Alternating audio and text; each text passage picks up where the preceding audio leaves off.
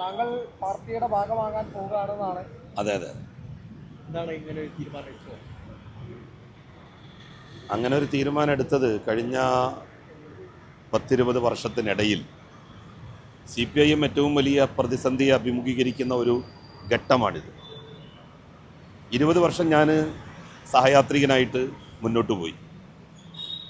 പക്ഷെ പാർട്ടി പ്രതിസന്ധിയെ അഭിമുഖീകരിക്കുന്ന ഒരു സന്ദർഭത്തിൽ അതിൻ്റെ ഭാഗമാവുക എന്നുള്ളത് എൻ്റെ ഒരു ചുമതലയാണ് എന്ന തിരിച്ചറിവാണ് ഇത്തരത്തിലുള്ള ഒരു തീരുമാനമെടുക്കാൻ പ്രേരിപ്പിച്ചത്. നമ്മളുടെ രാജ്യത്ത് ബംഗാളിലും ത്രിപുരയിലും ഇടതുപക്ഷ ഗവൺമെൻറ്റുകൾ പോയി ആരംഭഘട്ടത്തിൽ മതേതര സർക്കാരുകൾ അധികാരത്തിൽ വന്നു.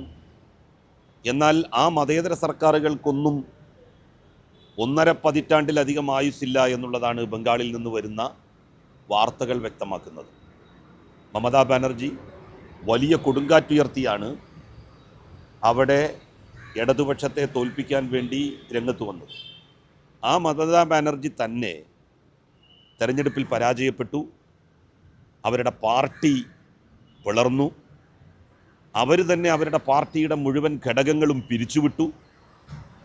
BJPക്ക് വളരെ സേഫായിട്ടുള്ള ഒരവസ്ഥയിൽ ബംഗാൾ ഭരിക്കാനുള്ള സാഹചര്യം ഒരുങ്ങി വന്നിരിക്കുന്നു. കേരളത്തിലും അധികം വൈകാതെ സംഭവിക്കാൻ പോകുന്നത് ഇതുതന്നെയാണ്.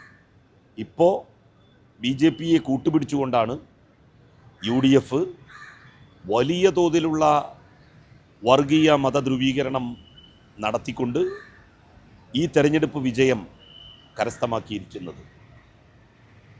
കുറച്ചുകൂടി കഴിയുമ്പോഴേക്ക് 3 സീറ്റാണ് ബംഗാളിൽ കിട്ടിയത് ആ തെരഞ്ഞെടുപ്പിൽ എന്നുള്ളത് ഓർക്കണം. ആ 3 പിന്നീട് അവിടെ ഭരിക്കുന്ന അവസ്ഥയിലേക്ക് കാര്യങ്ങളെ എത്തിച്ചത്. സമാനമായ ഒരു സാഹചര്യം കേരളത്തിലും വരാതിരിക്കുന്നതിന് വേണ്ടി എല്ലാ മനുഷ്യസ്നേഹികളും മതനിരപേക്ഷവാദികളും ഇടതുപക്ഷത്തെ ശക്തിപ്പെടുത്താൻ വേണ്ടി ശ്രമിക്കണം, CPIMനെ ശക്തിപ്പെടുത്താൻ വേണ്ടി ശ്രമിക്കണം എന്നുള്ള സന്ദേശമാണ് ഞങ്ങൾ മെമ്പർഷിപ്പ് എടുക്കുന്നതിലൂടെ നാട്ടിലെ ജനങ്ങൾക്ക് നൽകുന്നത്. ഈ വിശ്വാസികൾക്ക് പൊതുവെ മെമ്പർഷിപ്പ് എടുക്കുന്നതിൽ വലിയ അപാകതകളുണ്ട് എന്നൊക്കെയാണ് പല വെപ്പുകളും. അതൊക്കെ മുസ്ലിം ലീഗ് തരാതരം പ്രചരിപ്പിക്കുന്ന കാര്യങ്ങളാണ് മുസ്ലിം സമുദായത്തിനിടയിൽ. അതുപോലെ തന്നെ ക്രൈസ്തവ നേതാക്കൾ ക്രൈസ്തവ സമുദായത്തിനിടയിൽ അവർക്ക് അവരുടെ താല്പര്യങ്ങൾക്ക് വിരുദ്ധമായിട്ട് വരുമ്പോൾ പ്രചരിപ്പിക്കുന്ന കാര്യമാണ്. 1967 കേരളത്തിൽ ആദ്യമായി മുസ്ലിം ലീഗ് അധികാരത്തിൽ വരുന്നത്. അത് 1ാം പിണറായി സർക്കാരിന് ശേഷം 1ാം EMS സർക്കാരിന് ശേഷം രൂപം കൊണ്ട 2ാം EMS സർക്കാരിലാണ്. ആ 2ാം EMS സർക്കാരിൽ അന്ന് മുസ്ലിം ലീഗ് തൊപ്പിവെച്ചാണ് സത്യപ്രതിജ്ഞ ചെയ്തത്. ആ മന്ത്രിസഭയിൽ അള്ളാഹുവിൻ്റെ നാമത്തിലാണ് സത്യപ്രതിജ്ഞ ചെയ്തത്. അവരെ ആരും വിലക്കിയില്ല. എന്നാൽ അവർ തന്നെ ഇടതുപക്ഷത്തെക്കാൾ മതനിരപേക്ഷം എന്ന് പറയുന്ന ഒരു സർക്കാരിൽ എങ്ങനെയാണ് സത്യപ്രതിജ്ഞ ചെയ്തത്?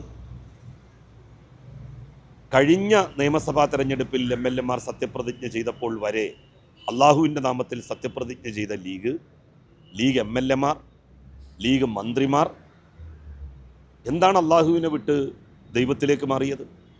എന്താണ് തൊപ്പി മാറ്റിയത്? അതിനു മാത്രം എന്ത് പ്രത്യേക സാഹചര്യമാണ് കേരളത്തിൽ ഉണ്ടായിരിക്കുന്നത്? ഇടതുപക്ഷം ഭരിക്കുമ്പോൾ പോലും അള്ളാഹുവിൻ്റെ നാമത്തിൽ സത്യപ്രതിജ്ഞ ചെയ്യാൻ ലീഗ് MLA മാർക്ക് യാതൊരു മടിയും ഉണ്ടായിട്ടില്ലല്ലോ. അവർക്കതിന് പ്രതികൂലമായ ഒരു സാഹചര്യവും ഉണ്ടായിട്ടില്ല.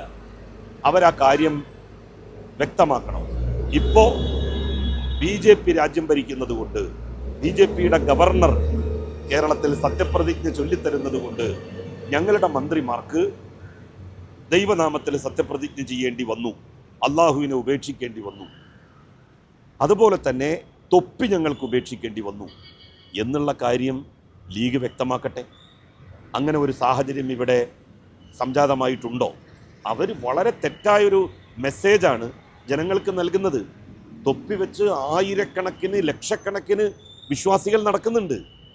അവരോടൊക്കെ ഇനി പറയാൻ പോകുന്നത് തൊപ്പി ഒരു പ്രധാനപ്പെട്ട കാര്യമല്ല. ലീഗുകാർ ഇതുവരെ തൊപ്പി വെച്ചായിരുന്നു സത്യപ്രതിജ്ഞ നടത്തിയിരുന്നത്. അള്ളാഹു എന്ന് നിങ്ങൾ പറയേണ്ടതില്ല, പ്രത്യേകിച്ച് സ്പെസിഫൈ ചെയ്ത്. ദൈവം എന്ന് പറഞ്ഞാൽ തന്നെ അത് പർപ്പസ് പൂർത്തിയാകും എന്ന് കരുതുന്ന ആളാണ് ഞാൻ. 2006 ഞാൻ സത്യപ്രതിജ്ഞ ചെയ്തത് ദൈവനാമത്തിലാണ്. അന്ന് അതിനെ ശക്തമായി എതിർത്തവരാണ് മുസ്ലിം ലീഗുകാർ. അന്ന് ഞാൻ പിന്തുടർന്ന വഴി തെറ്റാണെന്ന് പറഞ്ഞവർക്ക് ആ വഴിയിലൂടെ സഞ്ചരിക്കേണ്ടി വന്നതിൻ്റെ കാരണം എന്താണ് എന്ന് അവർ വ്യക്തമാക്കണം.